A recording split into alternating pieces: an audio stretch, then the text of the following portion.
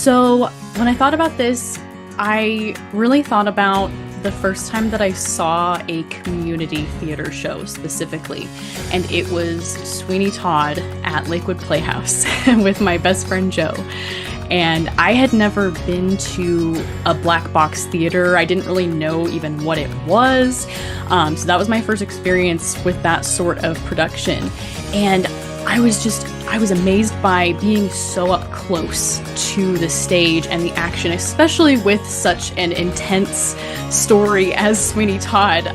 It was incredible. The orchestra was like partially on stage, if I remember correctly, and I thought that was really cool as well. And it was kind of a moment of like, oh my gosh, like I really want to do this. This is really, really cool. Yes. When I studied abroad for theater, I was lucky enough to be able to go to London. And on the West End, they did this production of Candide in a teeny tiny black box in the round. And they used only a trunk full of costume and small props. And they just carried that trunk around and they pulled a whole entire world, it seemed, out of this trunk.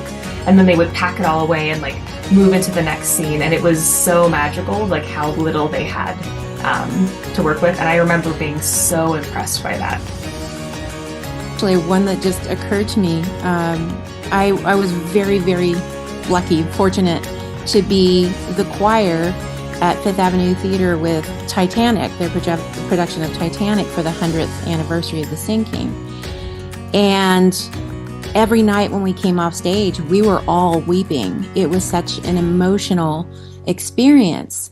So to not only have my first time on the other side of things, not being in the audience, but being on the stage at Fifth Ave and all the beautiful decorations, all these amazingly talented people, that music and the story was so emotional and touching, and it will always stay with me, because every night with that, the music